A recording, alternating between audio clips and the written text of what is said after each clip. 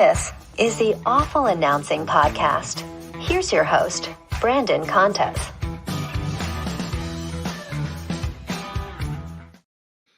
Alrighty, welcome to episode 39 of the Awful Announcing Podcast. I'm your host, Brandon Contes, and this week we are joined by Apple's lead soccer analyst, Taylor Twellman, to preview the MLS regular season kicking off. Taylor, thanks so much for taking some time to come on the podcast today.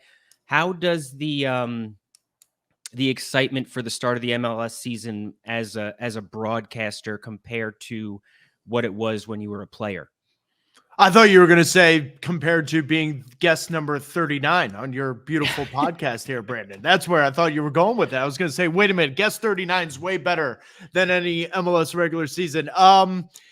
That's a great question. I've been around this league and in this league since 2002, which dates me a little bit, but it's been a surreal amount of growth when you look at where the league is. The fact that you and I are doing a podcast talking about cities like Cincinnati, Austin, Nashville, when you were asking me when I was playing if we would be in those cities with the league and in soccer specific stadiums the way we are now, I would have said, no way, you're completely impossible. And yet here we are. I'm in my hotel room in Fort Lauderdale getting ready for the season to kick off with Messi, Suarez, Alba, and Busquets and Inter Miami. So it's a different feeling, but I feel very blessed that I've stayed in the league and been around this league and been a part of it for a long time. I'm always curious about the transition from the field to the booth with professional athletes. For you, did becoming a broadcaster help to sort of like fill the void of not being able to play professionally anymore after you retired?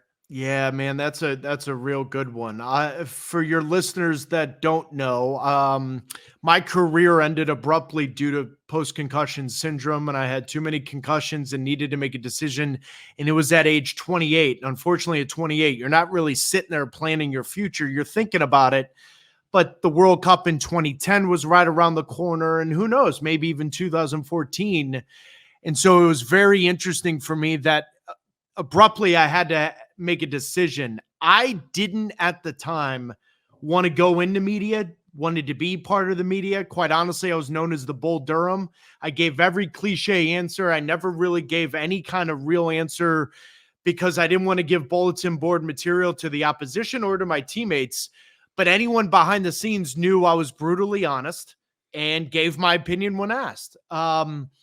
And so a real good buddy of mine, Tom McNeely, was a big part of the broadcast at ESPN as a producer in the NBA and Major League Soccer, and he convinced me to try it. Well, here we are 14 and a half years later. I'm still doing it. So it's kept me in the game. It's been a blessing in disguise. But Brandon, in all seriousness, it's been a real surprise to me because if you asked me right when I was retiring, I would have said, I don't think I want to do that. Has the fact that when you were a player and you didn't want to give an answer that could be potential bulletin board material, has that helped to kind of like carve the way you are as a broadcaster at all, that mentality, and just the fact that like you're almost respectful of the other players who don't want to offer anything up that could potentially be that type of bulletin board material? I think my "what are we doing" outburst tells you that I don't really think before I speak. However, I didn't curse in that outburst, so I would argue that's one of the greatest successes I've ever in live television. Listen, anyone that knows me knows I'm going to give you my opinion and my honest opinion. So I am as real as you're going to get. And throughout my years of doing this, 14 years, I have had many conversations where feelings are hurt, people are upset, but I'm an open book. You can always call me. And if the one thing the players and subjects that I'm covering understand is that they may disagree with me, but they respect the fact that I'm doing the job. And that's difficult, Brenda, because at times I've had to critique friends. I've had to critique people that I've known since I was 5, 6 years old. But that's the job. That's what I'm paid for. And so I owe it to my employer to do the job and to give my opinion. But I'm not going to give a hot take or not going to give an opinion unless I believe in it. That I still struggle with even when I started, not just to create content, but I want to be authentic and at least the viewer and subjects being covered understand, listen, that's what he believes. He's completely off base or he's completely wrong, but at least he believes in that. He's done his homework. He's going to give you reasons why. So that is a lot different than where I was as a player. I gave every cliche, every writer, reporter hated interviewing me because they knew off camera I was different. But when the camera came on, it wasn't anything on the record. I wasn't going to give it to them. And I think I just did that out of protecting myself and protecting my teammates. Were you always successful in avoiding giving out that bulletin board material when you were a player? Yes. The only time that I let my guard down is 2006 World Cup, I ended up being the player that didn't end up going, even though I was MVP of MLS. I gave a cliche answer then. However, when Major League Soccer got the second largest transfer window ever for an American player, transfer fee, excuse me, for an American player in the beginning of 2008, that's when I said, honestly, how I felt. It wasn't off color, but it was honest and it was real. And that was the first time that, Brandon, I said, you know what, the hell with it. I'm done doing this. It hasn't got me anywhere. And right now, the story being told and my own fans not understanding exactly what's going on with my contract situation, I deserve to be transparent on that. And that was maybe self-serving, but it was also real because I think fans and even some of my teammates were completely being told a different story on that topic. How was playing for a team owned by Robert Kraft? Everybody obviously associates him with the New England Patriots, but how involved was he with the Revolution? Yeah, I mean, the Krafts were listen, I still live in Boston. I've lived in Boston now more than any city of my life, and I was born in Minneapolis, Minnesota, but raised in St. Louis, Missouri. So St. Louis raised me, but Boston made me. And a big part of that is the Kraft family. It's difficult to quantify how, but that first year when I played for the Revolution, there was a family atmosphere with Robert, with Jonathan, even with the siblings that are not involved with the Revolution, philanthropically, the way they gave back, they taught me how to do that. Myra was a huge part of my inspiration in giving back to the city. So the Kraft family were a huge part of it. Listen, they're a huge part of the success of Major League Soccer. They believed in it when a lot of other people didn't, and they're still there. They're building, they built a $35 million training facility that's been fantastic, one of the best in the league. Do they need their own stadium? Yes, absolutely. If Robert was sitting here next to me, he would say the exact same thing. So would Jonathan. But they were a huge part of Major League Soccer's success, but more so on a personal level. They're a huge reason why I still call Boston home. Did you ever cross paths with Tom Brady at all? Absolutely. Absolutely. I crossed paths a lot with Tom Brady. I would say Junior Seau was a next door neighbor of mine in 2007, but it was right around 2007, 2008. I saw more of Wes Welker, Julian Edelman, Junior Seau than I did with Tom Brady. But Brewski, that whole group, you're in the same training facility at that time. We all had their own training facility at Gillette Stadium. So you ran into those guys a lot. Tom Brady a lot earlier in his career, not so much later on in his career. But we do share the same bond with the love of golf, and that's oftentimes where our conversations went. Has Tom ever reached out recently about the transition from athlete to broadcaster? He is not. I think he's going to find it an interesting conversation. I know a couple of people very close to him. We've had conversations about that, but Tom directly has not. What advice would you offer him as somebody that you played in the New England area? You were very successful on the field. You have now had a very successful transition into becoming a broadcaster. What advice would you give Tom? Don't lie.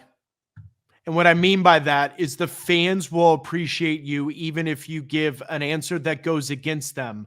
They'll respect you and appreciate you once the emotion's out of it 24 hours later. Fan comes from the word fanatic. Don't worry about the fan. Just do the job.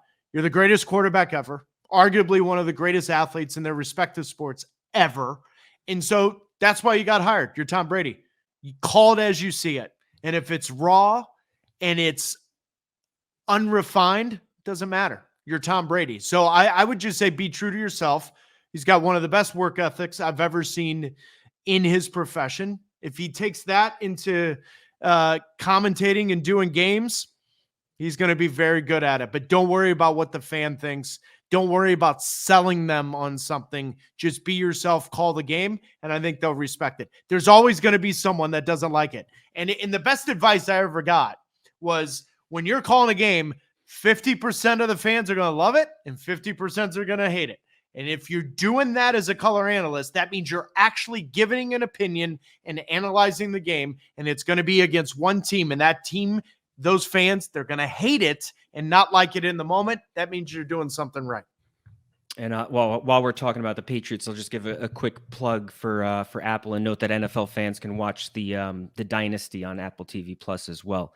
How was Apple's first season in its 10-year agreement with the MLS from your perspective in how it served the fans and how it served the league?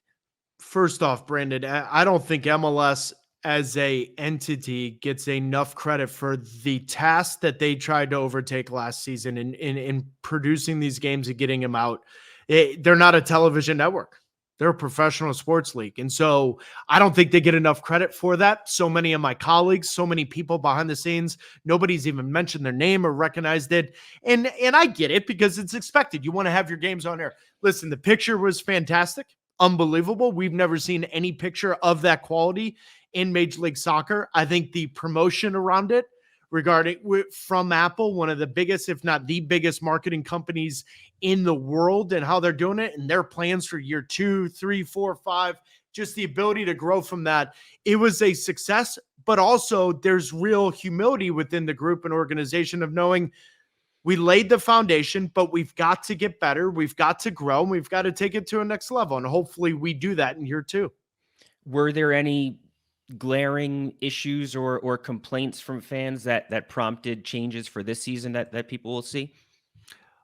Well, the best part of it is any complaint that the fans had, Apple listened to it. Major League Soccer listened to it. They're all about the consumer.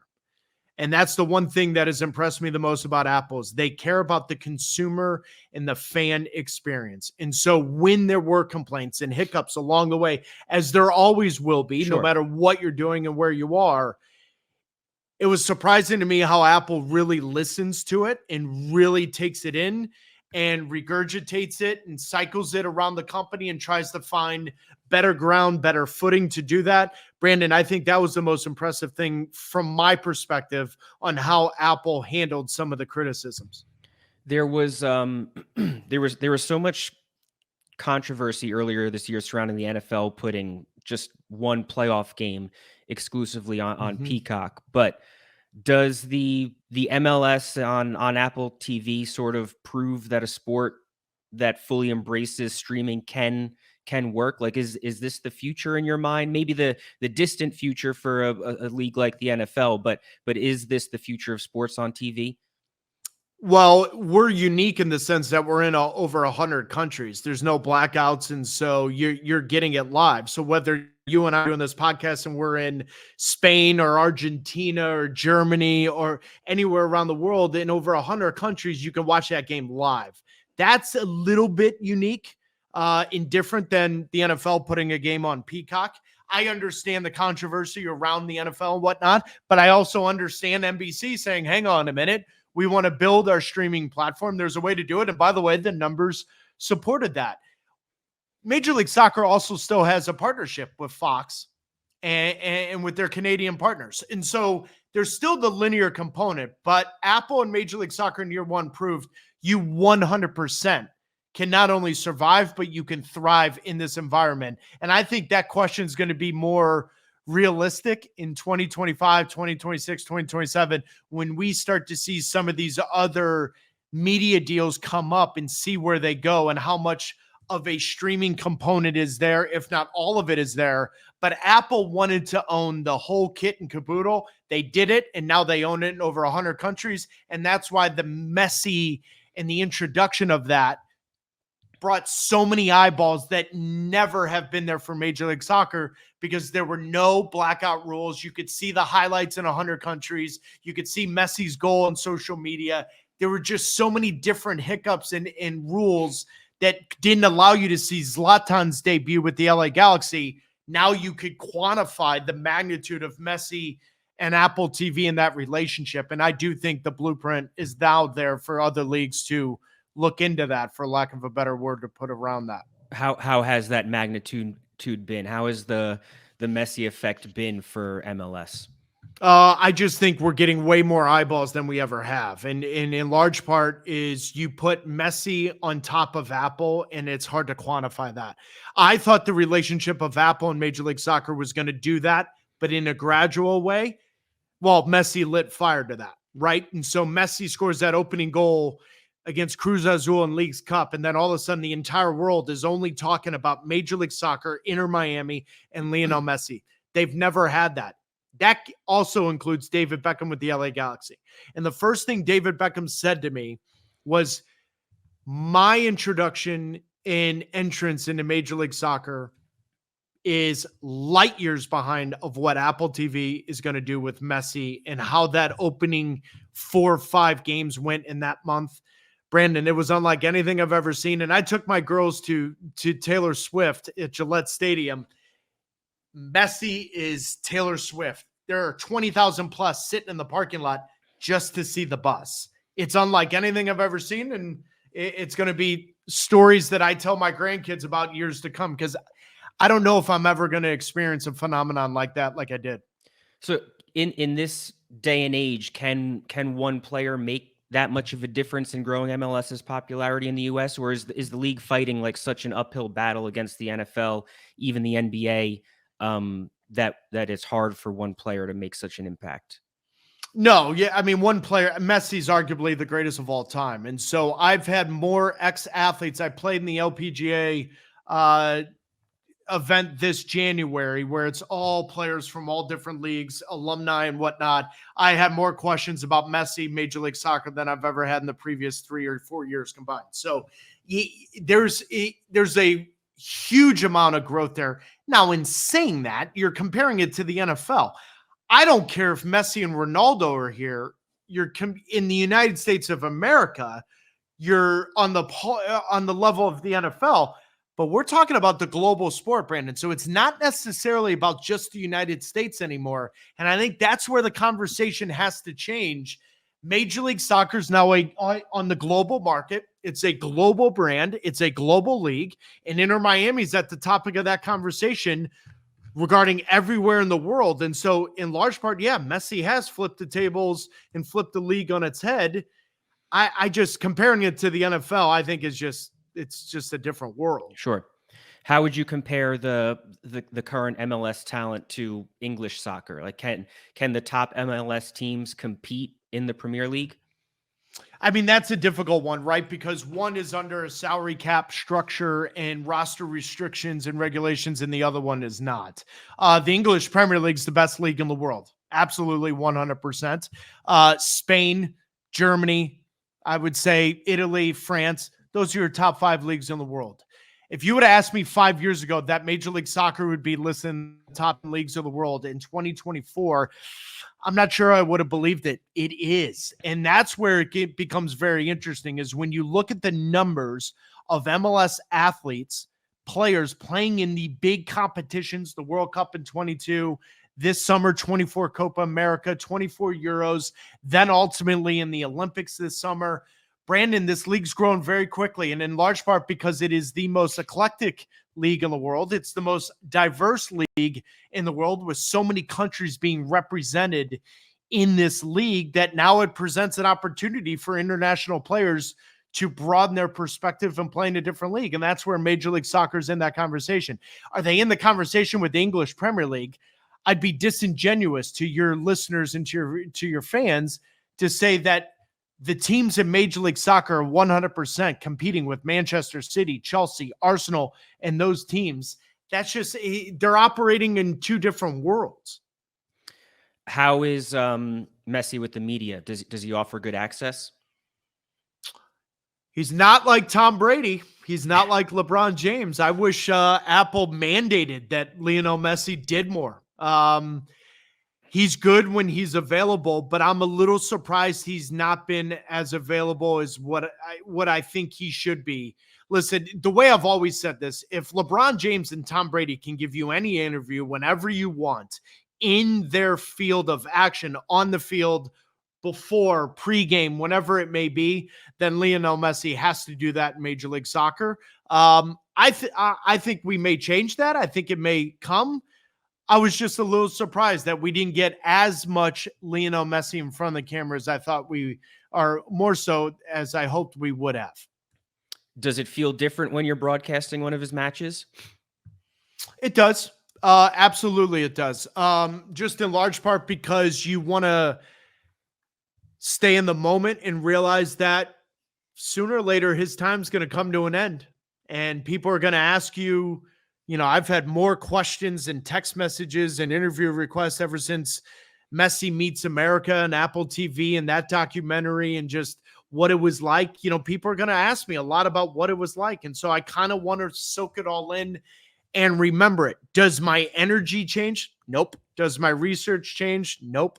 But it's more so of me just taking it all in and understanding the magnitude of what this means when 20, 30 years down the road, I'm going to be asked questions about what was it like with Lionel Messi in Major League Soccer. How has the transition from ESPN to Apple been for you? Like, did it seem almost inevitable at some point that you were going to leave ESPN as they kept losing the rights to various soccer events? It's a good question, Brandon.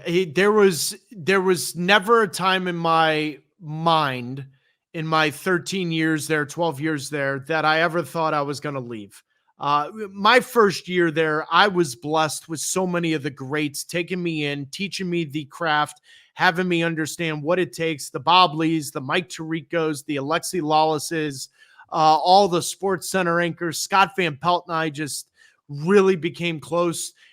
And all the non-soccer people of me banging on the door, telling them you need to cover soccer more. I'm not a soccer guy. I can talk other sports. Just doing that. I never thought I was going to leave, but then COVID hit and certain decisions were made. And then you're saying, well, wait a minute, what do I want to do?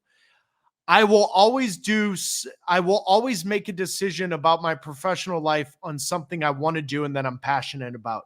And ultimately, that's what it came down to. Major League Soccer has always been at the forefront of that conversation, along with U.S. Soccer. And so when Apple announced that they were taking over Major League Soccer, that was the first time in my life where I said, hang on a minute, I want to listen to this. And Major League Soccer did a very good job of explaining to me what's going to happen over the 10 years, where they want to take it, the growth of it on backs of the World Cup and the Club World Cup and all the stuff away from Major League Soccer. It was kind of a no-brainer, but leaving ESPN was never really part of that conversation until Gary Stevenson from Major League Soccer called me and said, this is where we want to go. We'd like for you to be a part of it and hear me out. And I did. Did you enjoy doing different things for ESPN, hosting Sports Center, doing shows like Sports Nation, even First Take?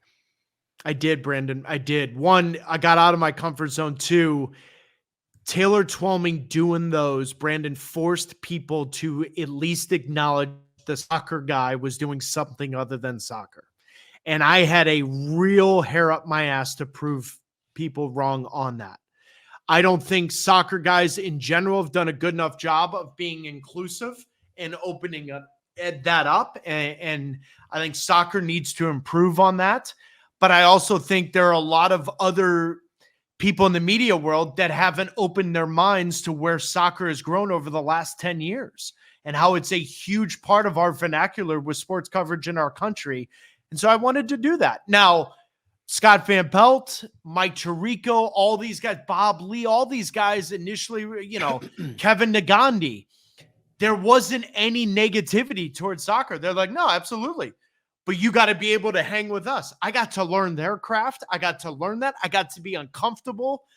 It made me a better person on TV. It made me a better person. But I also got to meet new people. And I think in life, when you talk about relationships, you've got to get out of your comfort zone to meet new people.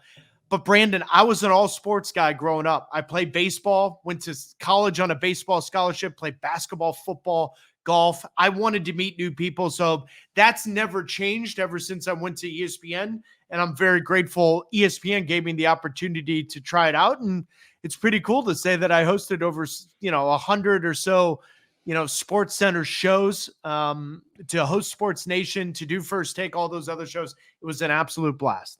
Did you ever get complaints from fans or the audience Absolutely. or anything like that? Because here's the soccer guy thinking he could talk about other sports.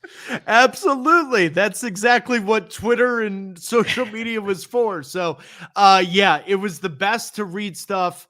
I would test it out. I'd look at Damian Woody, Dominic Foxworth, anyone, Tim Hasselbeck, and I'd say, I'm going to say the exact same thing you do, and I'm going to show you what social media says, and their genius is. And I'm not, because I'm the soccer guy. I kind of loved it. Did you feel like ESPN's daytime programming put enough of a focus on soccer while you were there? No. And Is there are that a ton a of miss people on their part? Yes, it is a miss. It is a miss. But I think if you ask the NHL and you ask Major League Baseball right now, they'd say the same thing. I feel like the vernacular right now is NFL, NFL, NFL, NFL, NFL, and a little NBA. Yeah. and that's where it becomes indifferent. There were, and I'm telling you, the time I showed up at ESPN in 2010 to do some freelancing work for them, there were so many people behind the scenes begging for more soccer. John Skipper was a huge proponent of soccer, a huge believer in the sport. He was a big reason why the 2010 and 2014 and 2012 Euro coverage was so highly resourced and given an opportunity to really blow it out.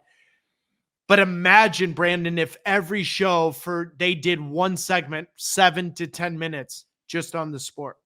Just put it in the conversation.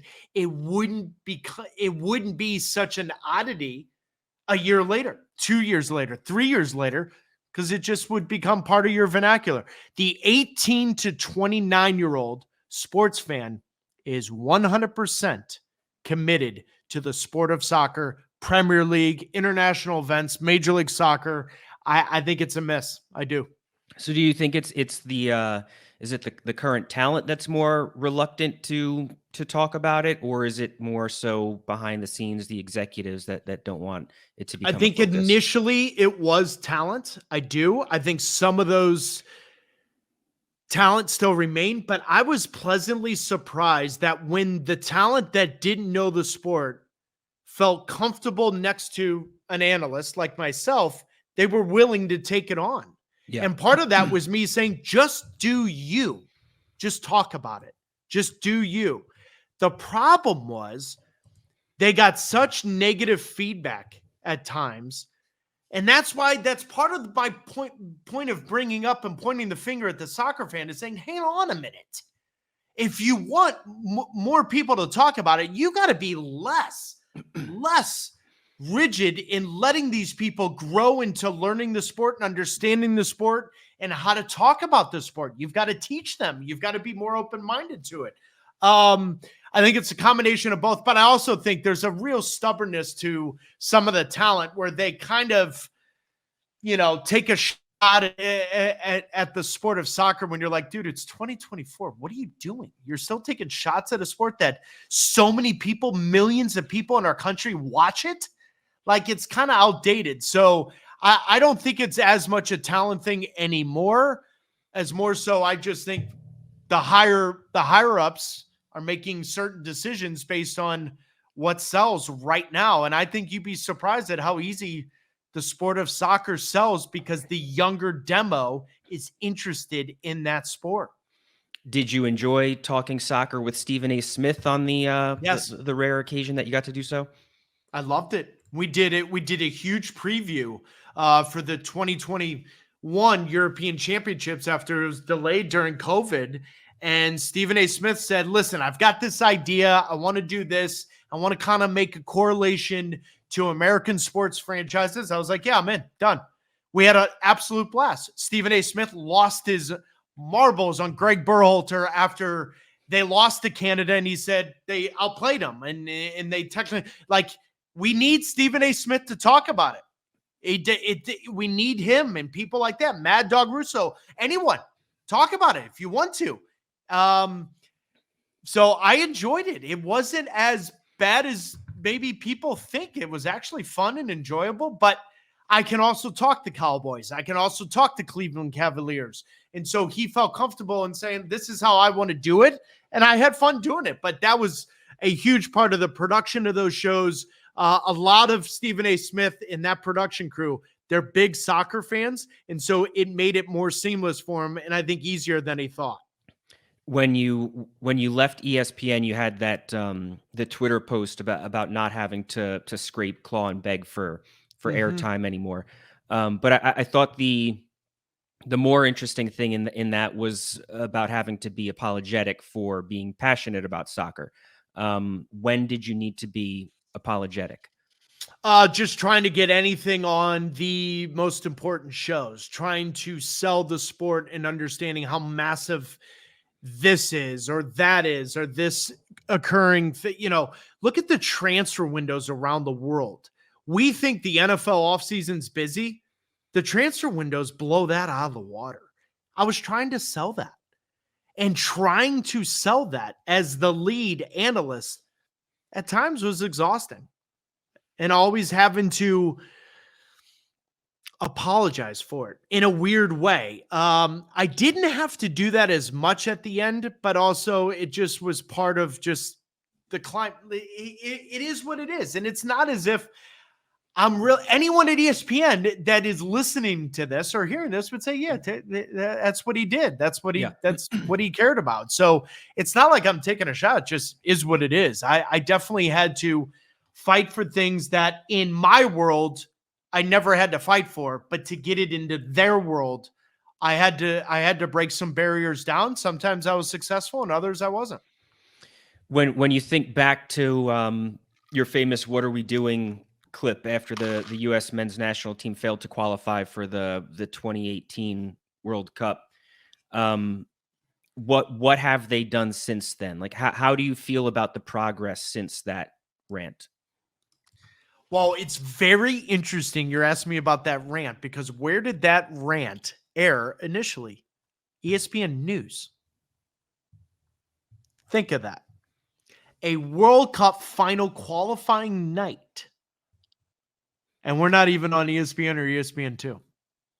Right? So that puts a bow on that initial question. Right. Just kind of getting buried. Yeah, and then because of the power of social media, it grew into the phenomenon that it was. But Max Brados, Nicole Briscoe, and I, that was on ESPN News. That's just what it was. I would say, listen, the development of the American player has grown a lot quicker at a higher level than many of us thought.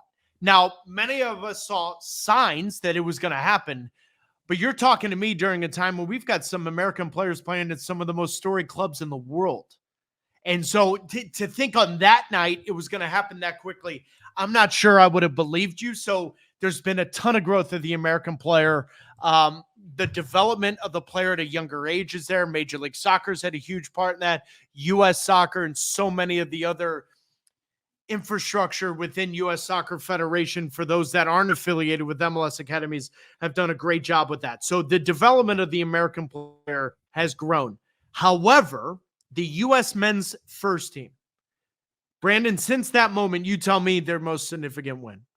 Have they had one? And I've labeled them, as many others have, this is the golden generation of the American player, the best generation ever developed. They're getting a World Cup at home in the prime of their careers. Yet you're asking me in February of 2024, they haven't had a signature win. And that's why I think Copa America this summer is massive. It's massive for Greg Berhalter. It's massive for the players, because CONMEBOL in South America is the hardest confederation in the world to survive because of the climates and where you're playing games and the fan bases and just all of that. You get a home tournament against those teams, which is basically what the World Cup is going to be. I'd argue the World Cup's probably going to be a little easier initially, because you're going to have teams from all over the world initially in that World Cup. If you can't get a significant win in that World Cup, in that Copa America, then why should anyone on the outside have any confidence or belief that you're going to get that in 26? That's why this summer's tournament, it's massive for the players and it's massive for Greg Berhalter. Is it realistic to think that the U.S. men's team should be able to win a World Cup by now? Like, considering the fact that they've had to play catch up to other countries, like when is it that enough time has passed that the U.S. should be competing to be able to win a World Cup? That's a really good one. Should they have won a World Cup by now? No. Should they be getting to quarterfinals? Yeah. I think that's got to be your real, because then anything can happen, right? But I think the U.S. right now, you've got to be winning a knockout round after your group in a major competition. You just have to. And the last time they did that, if I'm not mistaken, was Mexico in 2002, right? Like, I mean, 2010, they lost to Ghana. I'll take your word on that. 2014, they lost to Belgium. In 2022, they lost. So, like, they lost to the Dutch. You know what I'm saying? Like, that's got to be the goal. That's got to be the real goal. 2002, yes. And quite frankly, they should have beat Germany, if not for an absurd non-handball call on the goal line. But my point being is they beat Mexico. That's a known quantity. So you've got to get to quarterfinals. You got to win, your knockout round games after the World Cup. And so far, they haven't done that. So what do you think is the biggest thing that it has held the U.S. back to this point from the men's national team not being able to get to quarterfinals? Well, it's just, I mean, it's playing your best at the highest level with the most at stake. That's what it is. I think the players and the development of player, as I've said, has gotten better. It's grown. So the players are getting better. But so is the rest of the world. And so you've just got to get, I would say this, if you needed one thing substantially, ideally you want to have generations of players playing multiple World Cups. Historically, the United States men have always had players 27, 28, 29, 30 making their first World Cup experience in tournament. That's not what you want. You want ultimately what 26 is going to be, where the majority of the rosters playing in their second World Cup. They've kind of already had it. They've had experience. That is what the Germanys, the France, the Brazils, the Argentinas, the top countries in the world, they've always had that as an upper hand on the United States. The United States has to get there at some point so you can build on that experience and not rely on some of that newcomer insecurity in unknown territory, so to speak, when they get to their first World Cup. Is that to the fault of somebody that there's not those younger players playing? The development of the player just hasn't been there until now, and now it's there. And I think you're going to see some of that in 26, where now all of a sudden you're talking maybe 7 to 12 players that are playing their second World Cup. That's massive. Yeah. How is working the World Cup as a broadcaster? Do you enjoy the bandwagon fans and like seeing the sport dominate the conversation on Twitter, even if it only comes once every few years?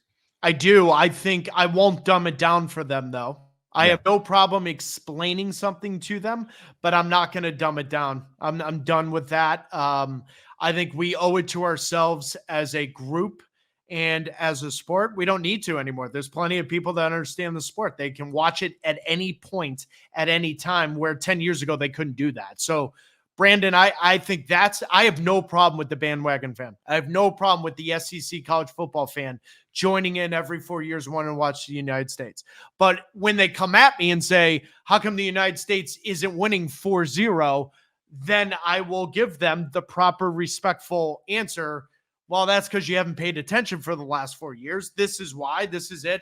But that's exactly what it is. But that'd be like asking the SEC college football fan, how come Alabama is not beating the Kansas City Chiefs every 4 years? You know what I'm saying? Like, you gotta watch the rest of the world. You got to understand the United States men are not going to be favored against 8, 10 countries in the world. That's a fact. So understand that. How do you think the U.S. will do hosting the World Cup in 2026? I think Canada, U.S., and Mexico have an unbelievable opportunity. I'm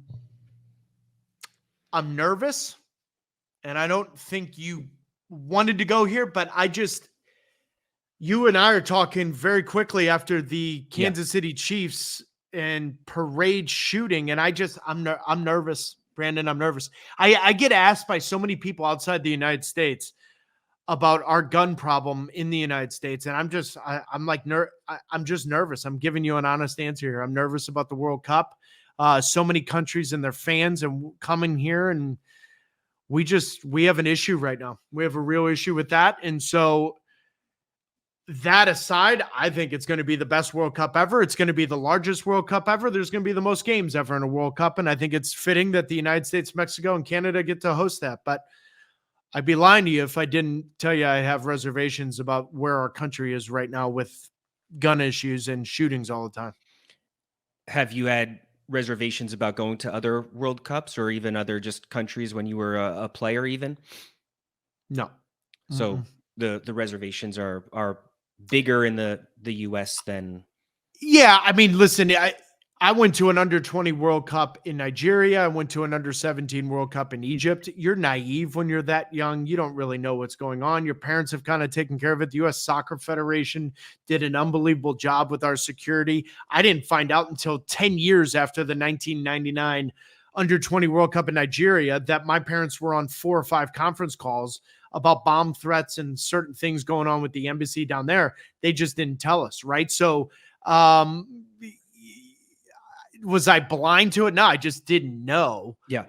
So I didn't have any reservations around that. But I went to the Brazil World Cup in 14, Euros. Even after COVID, I wasn't nervous. I was very nervous at Wembley Stadium for the final. And we all know the security mishaps that happened there. I wasn't nervous going. I was nervous in the moment. The gun control has me very, very nervous about the United States of America. That's just where I am on it. Yeah, no, and obviously, especially after what happened last week, I'd say you're definitely not alone there, and that's something that's only going to become a bigger issue as we get closer to that event. We mentioned your playing career getting cut short. And I do want to just ask you about the concussions and how does soccer handle concussions? Well, I'll start with this. How does soccer handle concussions differently today compared to when you played? Has the sport improved? Oh man, that's so good. I mean, the education and awareness absolutely has improved. I'm surprised in 2024 we don't have a better, more uniform way of handling concussions in the field of play. I'm surprised there's not a concussion sub. I think IFAB hasn't done a good enough job of expediting knowing the research and data that they have, that we don't have a better way to handle a concussion in the field of play that could lead to a concussion sub, and more so proper analysis of the injured player, whether it's he or she. That has me surprised. The education and awareness is way better than it was when I played. That it's kind of hard to even put it into words. But that was 2008, 2024, 16 plus years. You would hope there would be growth on that, but I'm still seeing bad decisions in the moment because I don't think IFAB and FIFA have done a good enough job of taking leadership on this to force the confederations and the leagues to have a concussion sub that would take the onus off the managers and technical staffs to have to make medical decisions. Is there a movement to make that happen? Is that something that's potentially close to happening? I mean, honestly, Brandon, I can't tell you how many conversations. I'm exhausted about it. How many Zooms I've done with real people that have real power to change these things. There's a ton. There's so much data there. And the ability to say 7 to 10 minutes is the proper time that neurologists are telling you that they can assess whether or not there was a head injury. The NFL, the NHL, the NBA, it fits into their sport so easy. Take the player out, sit them out for 7 to 10 minutes and assess it. It's easy. It's no problem. They still make bad decisions on that point. But soccer, you've got to football around the world. You've got to make better decisions, and you don't have unlimited subs. So take more ownership of it. And I've even said to Major League Soccer, why don't you change it? Do it first and force everyone else to follow. Because I just think there's a real opportunity for growth there. And I really hope it's there before the 26 World Cup, because I think there's an opportunity to grow the sport, evolve the sport while keeping the nature of the sports there.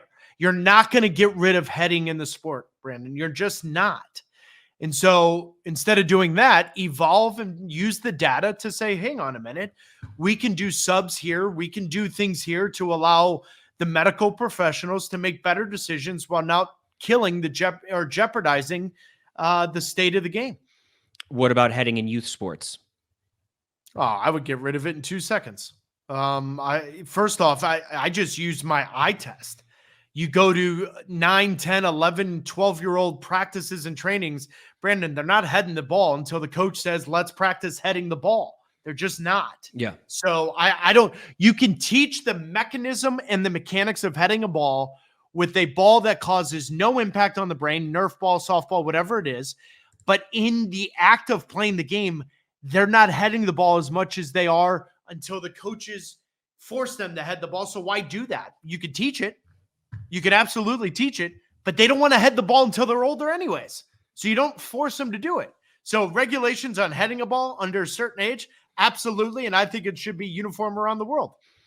How many diagnosed concussions did you have as a player? Honestly, I don't know that. All I know is I think I had from in high school, college, and as a pro, my parents did a good job going through this with my neurologist and whatnot. When I was going through rehab, I had 7 diagnosed concussions. People listening will say that's a lot. I don't know. From 14 to 28, 7. Sure, it's a lot of diagnosed concussions. I can promise you I had more. Yeah. that was my next question. Do you have have you noticed any lasting effects from those head injuries? Yeah, I mean, my life is still limited in certain aspects. I've dedicated a ton of my time, resources, and a shitload of money to rehab and to trying to find a way out of this. And I have found some real good ways out of it. I will tell that story at some point, because when I was next door neighbors with Junior Seau, and then unfortunately when Junior Seau took his life, I had an issue with the energy around concussions in sports of all of a sudden, well, if you have a concussion, you're going to have CT and you're going to commit suicide. And that's factually wrong. And so I just have a real energy of trying to find it, but I'm also not going to lie to this microphone and tell you it's not been easy. It's not easy sometimes, but I'm sitting here. I'm feeling good. I'm feeling much better than I was about 4 or 5 years ago. And I think that's progress. And that's because, like I said, I'm spending a ton of money to find the right resources and the right rehabilitation program. And Brandon, to put a bow on it, the $1 billion question isn't diagnosing concussions. It's rehabilitating them. And I think if we figure that out, we've cured the problem.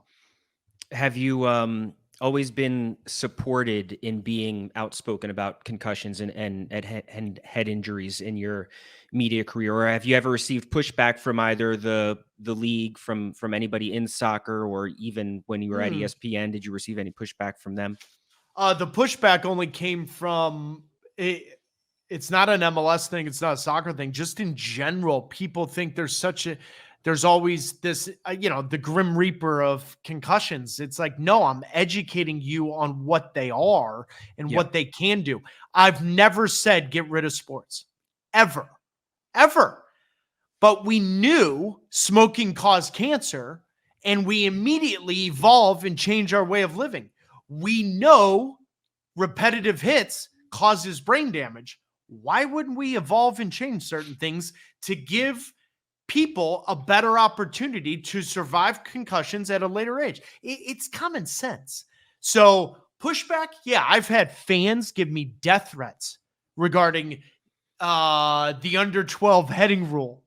I mean, you can Google it. It comes up. I've had people literally threaten my life and threaten family members because I believe we should limit heading in soccer and tackling in football and checking in hockey and certain cheerleading things and equestrian things. And I'm like, really? Really? You think I should really lose my life because I want us to evolve to preserve the sports? Like, that's type of energy that, Brandon, honestly, it bothered me initially. Now I'm just like, sure, go ahead. It doesn't, whatever. But pushback from leagues, no, they know it's my personal story. It's my personal fight. And so, quite honestly, they'd rather have me talk about it than someone else because I'm probably going to be more educated on the topic. Sure. Just a few things about this MLS season before we finish up here. How big of a deal is it that the referees were locked out and MLS is going to start the season with temporary refs? Man, that's a good question. I'm a little surprised. It's going to be interesting. I don't know. Ask me that a month from now. If the deal hasn't happened and where the referees that are reffing MLS games, what it's like. I know Major League Soccer wanted to implement some new rules and some things to speed up the game. I don't know if you're going to be able to do that with the new refs. I know the players and the coaches and the technical staffs in the league are very nervous about it. I think it's going to be one of those storylines that we're talking about in the first month of the season, depending on how long the lockout goes. What do you expect from Inter Miami this season? Man, that's a good one. I don't know. I find it amusing that everyone has them as front runners to win 4 trophies. Busquets, Alba, Messi, and Suarez. That's a lot of tread that has gone off those tires. I just don't know. I think what I've seen in the preseason, I don't know, man. I honestly, Brandon, I'm kind of on the record, and I think I'm going to stay there. I think they're lucky to win 1 trophy. I do. Is their schedule also working against them just with the amount of travel they've been doing? Yeah, I think Copa America, right? Naturally, Major League Soccer is going to play through Copa America because this league plays through the summer. So if Messi and Argentina go to the Copa America final, he misses 1/5 of the regular season. That's 7 games, I think, if I'm not mistaken. So right there, you look at it and say, well, that's going to be tough to win the Supporter Shield. And so I don't know. I think CONCACAF Champions Cup, good shot of them potentially winning a trophy, and then MLS Cup at the end of the year because summertime they can make new signings, they could revamp their roster. That's where that could happen. But the front runner to win 4 trophies, I just don't see it. What did you think of the recent backlash being directed at Messi from China after he missed the friendly in Hong Kong? Yeah, I've been struggling with it because I called some of the games. He's injured. So what do you want to do? That's part of that's part of the risk. I mean, he came to the training. And so I don't know. That for me, having covered the guy, covered the team and understanding that's part of being an athlete is I think he was injured.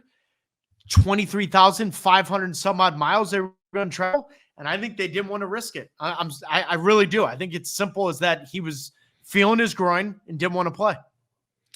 What's the earliest that the MLS season started when you were playing?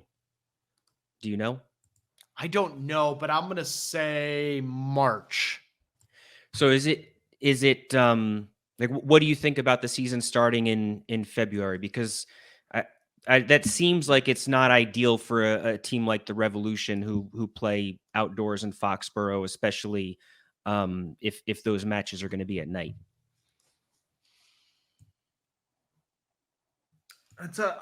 I don't have a problem starting it in February. if I was an owner of a team that did make the playoffs, right, you kind of been not playing games for a while. So I don't have a problem with it. I really don't. I think there's enough climates and different cities in this league that you can play through February and be okay with it. Yeah. You also got to remember, in the summertime, there was 20 some odd rainouts last year, or rain delays. Sorry, not rainouts, rain delays. I mean, weather's an impact no matter what. In the summertime it is, in the winter it is. I have no problem with it, more so just because I think this league has grown to a way where you want to be playing more games and you develop players better that way. And I have no problem with the season starting in February. Did you mind playing in the cold weather? Like, did you? Yeah, no problem. I played in Germany. My first professional contract was in the Bundesliga in Germany, so I have no problem playing in the cold. And last thing is, who are some MLS players not named Messi that people should be watching for, and especially say the casual soccer fan? Well, I think Forsberg coming to the New York Red Bulls, Swedish international, fantastic player from RB Leipzig. The World Cup winning goalkeeper Hugo Lloris is now the goalkeeper at LAFC. But for me, the average age of the signings this offseason was 24. It's the young player. So when you watch the game, find out who the young players are. Pedro de la Vega, David Martinez, so many young players coming into this league, Thiago Almada, using this league as a stepping stone for the rest of their career to move on, the way Miguel Almiron did with Atlanta United and now playing for Newcastle. When you watch an MLS game, mark my words, there is a player or two that will be playing in Europe in the blink of an eye, because that's how quickly this league has grown. Taylor, you were awesome. Thank you so much for coming on the podcast today. I really appreciate it. Thanks, buddy. That is Taylor Twellman. I'm Brandon Contes. This is the Awful Announcing Podcast. Please rate and subscribe to this podcast. Please also subscribe to Awful Announcing's YouTube page. But regardless of how you consume Awful Announcing and the Awful Announcing Podcast, thanks for listening and be good. Thanks for listening to the Awful Announcing Podcast. For the latest news spanning the sports media landscape and more, check out awfulannouncing.com and follow us at Awful Announcing.